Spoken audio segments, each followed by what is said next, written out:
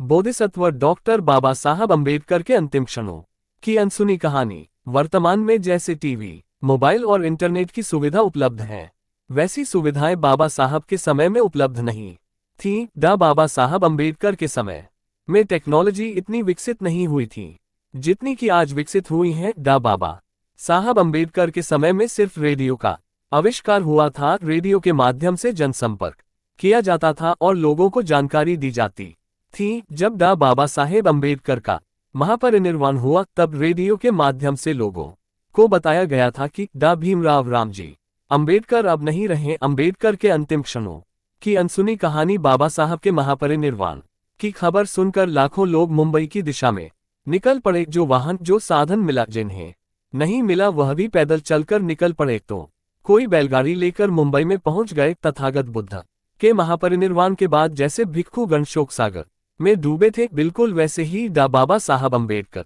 के महापरिनिर्वाण के बाद उनके लाखों करोड़ों अनुयायी शोकसागर में डूबे थे। दूसरी अत्यंत महत्वपूर्ण बात, जब बाबा साहब अम्बेडकर का महापरिनिर्वाण हुआ था उस वक्त बाबा साहब अम्बेडकर के पार्थिव शरीर को भगवा वस्त्र चीवर पहना दिए थे, किंतु उस समय कुछ राजनैतिक लोगों ने भगवे वस्त्र के ऊपर सफेद और नीले रंग का कपड़ा रख दिया। बाबा साहब अम्बेडकर ने माता रमाई के निर्वाण के बाद चीवर वस्त्र पहने थे और उन्होंने ये प्रण लिया था कि आगे की जिंदगी बौद्ध धम्म के प्रचार और प्रसार के लिए व्यतीत करेंगे। बाबा साहब अम्बेडकर का भगवे वस्त्र चीवर एवं तथागत बुद्धा के प्रति लगाव सामने आता है। बाबा साहब अम्बेडकर ने अपने संपूर्ण जीवन में संपत्ति का इस्तेमाल कभी निजी कार्य के लिए नहीं किया, बल्कि उन्होंने हमेशा अपने समाज के उन्नति के लिए निरंतर संघर्ष किया। हर दिन उन्होंने बहुजनों के हित और सुख के लिए चारिका की है। प्रबोधन का कार्य कभी रुकने नहीं दिया। भले ही उन्होंने चीवर वस्त्र परिधान नहीं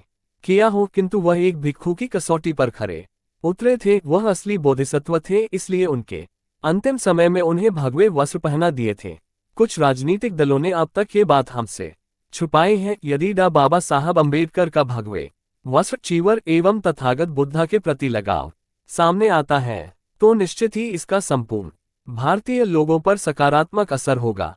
इसलिए यह बात अब तक हमसे छुपाई गई। आज जो नीले और भगवे रंग को लेकर जो राजनीति दिखाई देती है, वो राजनीति कभी नहीं दिखती और न ही भाई भाई में झगड़े होते। लोग भाईचारे को अपनाते और सबसे खास बात, लोग बुद्धिज्म के प्रचार और प्रसार का कार्य तेजी से करते। आज भी बाबा साहब अम्बेडकर को अभिवादन करने के लिए लाखों लोग चैत्य भूमि में आते हैं, क्योंकि बाबा साहब अम्बेडकर की बदौलत यहाँ के अस्पृश्य समुदाय के लोगों ने तरक्की का वह मुकाम पाया है जिसमें बाबा साहब का त्याग और संघर्ष शामिल है। सिर्फ अस्पृश्य लोग ही नहीं, बल्कि तमाम भारतीय लोग बाबा साहब अम्बेडकर की वजह से सुखी और समृद्ध जीवन जी रहे हैं।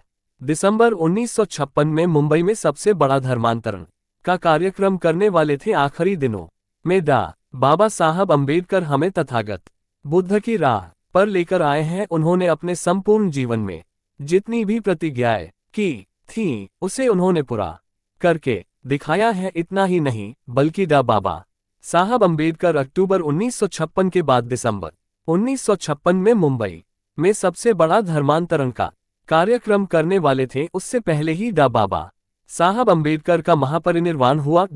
बाबा साहब अम्बेडकर ने अपने अंतिम क्षणों में बौद्ध धम्म के प्रचार प्रसार का कार्य शुरू किया था। यही कार्य तमाम बौद्ध अनुयायियों को करना होगा।